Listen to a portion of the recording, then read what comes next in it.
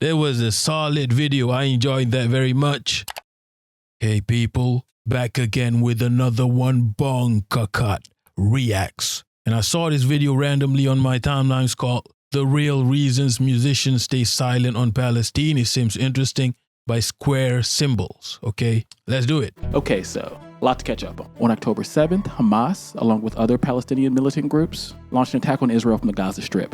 An attack that, according to recent data, killed 782 unarmed Israelis, 256 Israeli soldiers, as well as taking 200 plus Israeli hostages, with the stated goal of exchanging those hostages for Palestinians taken by the state of Israel. Israel responded to this attack by ramping up its extermination of the Palestinian people, relentlessly bombing the men, women, and children in Gaza, as well as targeting the Palestinian journalists who are covering these atrocities, destroying infrastructure, targeting schools and hospitals, as well as bombing the safe zones that it told the Palestinians to seek safety in. Through the incredible and tireless courage of the Palestinian people, both in and outside of Gaza, as well as multiple voices who documented these atrocities, there's been what we would call a cultural shift, leaning in a newfound and passionate support of the Palestinian people, support for the BDS movement, mass protest, and organizing to aid in efforts to achieve big up the Gen Z for that.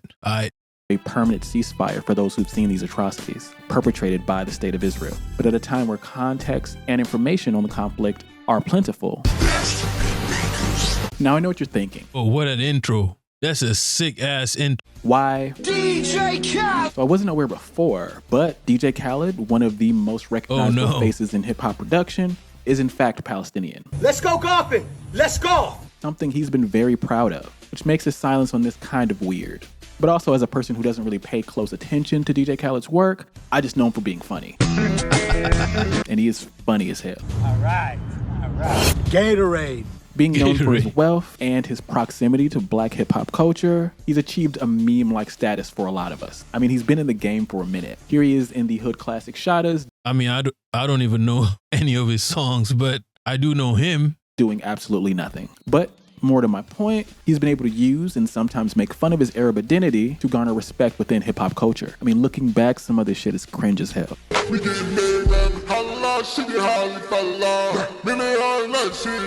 And his silence hasn't gone unnoticed. Nah, there was a hit, bro. Come on. There was a jam. What is it? What do you call it? There was a bop. Mesa Mustafa at New Lines Mag writes, from his Allah chain to his hookah to his hit song. Oh, A-Rap Money. I thought that was Busta Rhymes. I like that one. We ain't A-Rap Money. Arab Money, DJ Khaled has capitalized on his Arab identity to set himself apart in the oversaturated industry that is rap and hip-hop. After seeing names as big as Billie Eilish associating herself with Palestine on the red carpets, many within the industry itself are wondering what could be holding Khaled back. Is it that his label, We the Best, is owned by Universal Music Group, whose executives are among the staunchest supporters of Israel, such as Hayam Saban, who donated the largest sum as of 2017 in the history of the Friends of the IDF, an Israeli... In Malaysia, there was an artist dropped by a label. Yeah, these labels are based in the US, so it makes sense that they are super pro Israel. Do you love Israel? Military funding charity? Is he just not interested in being associated with Palestine when it's controversial? Or is he too afraid of what it may cost him? As always, these decisions are money motivated. Rallying in opposition to the Israeli state during its ongoing extermination of its people just doesn't seem like it's in the cards for him, even though it could be a PR win. What I find a little bit more important is that Lucien Grange, CEO of Warner Music Group, DJ Khaled's label, is also a staunch Zionist, meaning a defender of the Israeli state, regardless of its human rights abuses. Lucien Grange also has a lot of stuff involved within the current... Oh no, the PDFs, no Diddy. Diddy controversy, so allegedly the embassy might be raided soon. I know he moved to have his name stricken from that record, but again, allegedly. And on that note, there have been prominent UMG artists who have spoken up for Palestine, be it consistently or in light of recent events. So it's still a bit odd for Khaled not to say anything right now. I mean, it's not like it's trendy for one to use their nationality as if it's cool for publicity, or for one to use the revolutionary aesthetics of one's ethnicity for capitalist gain, only to abandon it when your voice could actually make a huge change, right? Oh no. It goes without saying that he's coming for the Beyonce is a generational talent. By far one of the greatest performers of our time, if not the greatest, especially within pop music. Following a long line of amazing Black performers that have shaped popular music as we know it. From James Brown to Michael Jackson, and delivering records that transcend their own generation. It also helps at the time of me writing this that Beyonce is probably the least problematic of the three, allegedly. I'm not going to get into it with the Michael Jackson truthers, but they definitely exist. But with that said, her silence on this issue is notable for a few reasons. Okay, you see, like the Zay Squirrel said, Palestine is the litmus test, okay? You know, some of the, you want to see who's like using social issues just, you know, for the clout. You see how silent they are when it comes to Palestine, okay? For the past 2 or 3 album cycles, Beyonce has used the aesthetics of Black revolutionary organizations, queer liberatory music pioneers, as well as Black cowboy culture to virtue signal to a larger Black audience, effectively politicizing her brand. And that's not saying that these projects are without merit. Far from it. If anything, she's delivered some of the most effective and engaging popular music for the past 20 years. It's just one thing to adopt the aesthetics of the Black Panthers, a Black liberatory organization that was systematically dismantled by the CIA and the FBI. The Black Panthers would have been down for Palestine on sight because they were, bro. They just were. The solidarity is automatic when it comes to Black Panthers back in the day with Palestine. It was automatic, bro. On site.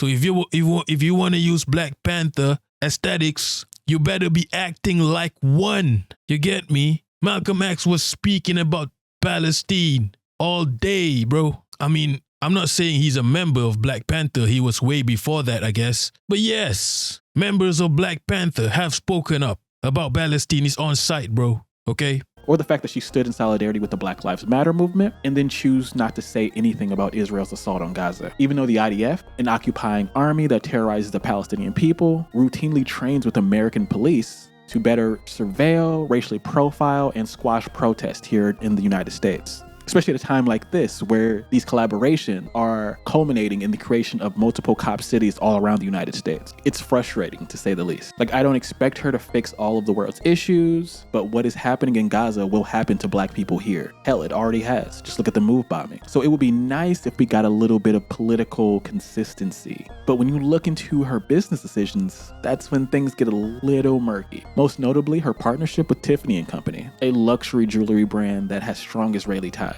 Not so fun fact, but diamonds are Israel's #1 export, even though absolutely 0 diamonds are sourced from Israel, meaning that those resources are mined there from the Congo and other parts of Africa to be cut. And when we're talking about how these precious minerals are mined and traded, whether or not they were ethically collected comes into question. In most cases, they are collected via wealthy billionaires who exploit Africans through harsh and dangerous working conditions all the way up to child labor. Or these wealthy billionaires are trading with folks who do that stuff in secret. It makes one question why someone would get involved in the jewelry business in the first place. Also, Solange, Beyonce's sister, has consistently spoken up for the Palestinians. Yo, I didn't even know Solange was down for the cause, bro. Yo, Square Cymbals has all the receipts. I didn't even know that.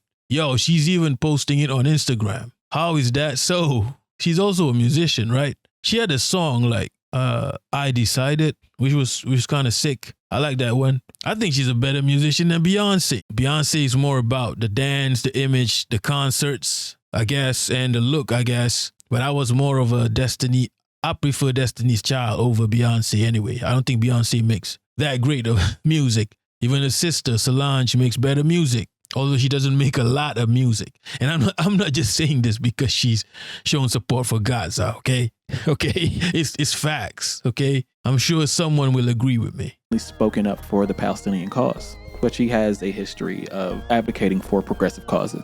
I believe back in December, the Renaissance film did premiere. She stands on business, unlike the other one. Here in Israel, and Break My Soul became the Zionist anthem as the ethnic cleansing campaign against Palestinians began to ramp up. Karen Ataya of the Washington Post writes, "The liberal fantasy of progress requires performances that borrow from the aesthetics of Black and LGBTQ plus liberation. This allows Black people to make millions off organizations with a history of anti-Blackness, such as the National Football League or from colonial entities such as Tiffany. In the case of Beyonce, it allows her to quote Malcolm X on Black American women's dehumanization while saying absolutely nothing about the terrifying dehumanization of Palestinians. It allows her to make a song titled America Has a Problem, yet say nothing about the role of the United States in bombing Palestinians. And this isn't to say that the brunt of social Yeah, because Malcolm X was about the plight of the Palestinians. So if you want to be,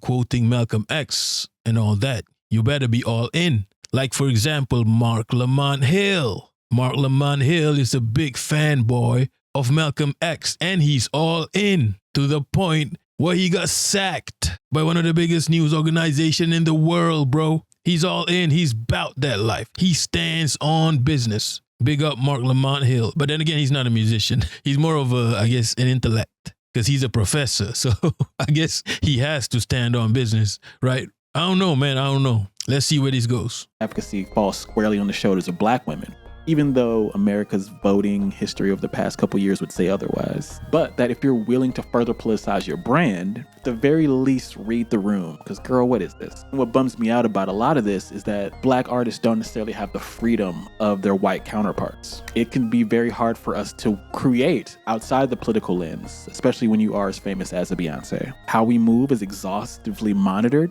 and there has consistently been less freedom for us creatively. Unlike Taylor Swift comes out against Trump. I don't care if they write that. Oh, no. I'm sad that I didn't 2 years ago, but I can't change that. I'm saying right now that this is something that I know is right, and you guys, I need to be on the right side of history, and if he doesn't win, then at least I tried. What? Right side of history? You don't know what that is. Yeah, one president can come after you. Yeah. And when it comes to Palestine, she's going to say, no, I don't want to be political. When you're political AF. I get bad press for saying don't put a homophobic racist in office, then I get bad press for that. I really don't care. Behind that 1,000 times. Me too. Okay. Homophobic racist? Which one? Which one? The red one or the blue one? Which one? This is not surprising. Taylor Swift is the president of white women, and although her contributions to climate... Yo, I need to say this. These, I like these titles on the what you call these chapters. Yeah, let's go golfing, formation, Black Panther, bad blood, bad press. Climate change has become a meme of sorts for us. I can admit that she's done some solid things, like encourage her fan base to vote, be it uncritically, for the Democrats. But in addition to that, she's kind of become the stand-in for girl boss feminism and choice feminism. Basically all of the feminisms that aren't intersectional. And what that means is that Taylor has only been very outspoken about issues that affect her directly. Let's be clear, as a working singer-songwriter, she's had to deal with a lot of shit and has won some major battles. Re-recording her music to regain ownership of it, dope. Using your power to go after those who've made deepfakes of your image, prompting the government to propose an actual bill against the sharing of AI non-consensual images, really cool. Thinking about how you want to live in the 1800s, weird. But regardless, the other two things are a great example of how she could potentially change the narrative around how musicians are treated, or how she could possibly mobilize her audience to advocate for larger issues. These people can do a thing right now, bro, but they don't want to. They could start a whole movement. And as the president of white women, she's kind of called upon. President of white women? Holy F, bro. President of white women? Oh no. And he said it so calmly too. By both sides of the conflict. Both sides meaning the colonizer occupiers who are looking for her stamp of approval on the genocide, and those who are in support of the Palestinians, to be clear. It's important to remember here is outside of her attending possibly a fundraiser for Gaza, very important for her brand-wise to say as little as humanly possible. Swift's public image mainly ties and operates as her being a tool of the neoliberal establishment, which is a reflection of how many normie establishment media outlets have gone out of their way to share Israeli misinformation while simultaneously avoiding the voices of actual Palestinians, unless they fall in line with the narrative that they're pushing. And I guess that's a central point of all of this, really. Celebrities do not have as much power as you guys think they do. Oh, but we don't really think you've got power, Lizzo. We think you're a shield that the people with power hide behind you, that you normalize waste and opulence. You give wealth inequality a friendly, well-curated face for people to grow up with and relate to and think is actually their friend. You're the poster child selling us all the elusive carrot of consumer capitalism while the stick looms behind us, snapping at our heels. You're not the rich and powerful. You're a weapon that the rich and powerful wield against the people. You're the bread and circus. They're the rule of law. You're the velvet glove. They're the iron fist. The more in tune you are with the larger governmental structures, the structures that actually make the policy decisions and oppress people, the less likely you are to actually advocate for human rights in a way that pushes against the status quo. And that doesn't mean that I believe that every celebrity should drop what they're doing and become a guerrilla freedom fighter. Recently, due to Met Gala discourse, there's been a wider conversation about where our attention goes. And even though it's not perfect, I feel like it's a step in the right direction. But those are just my thoughts. Let me know what you think. Do you agree? Do you disagree? Feel free to sound off below. Peace. It's a hard agree. Yo, that was a solid video. This is one of the best videos on any topic concerning Palestinians I've seen. Please give Square Cymbals a subscribe.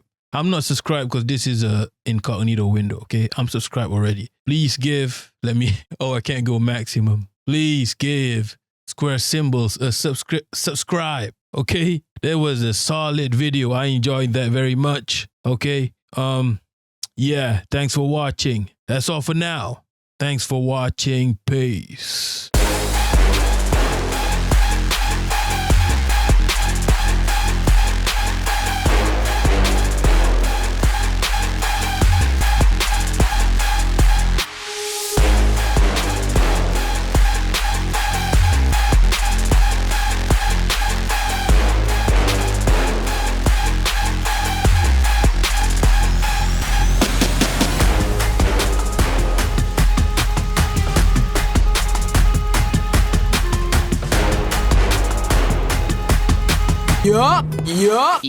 Yup.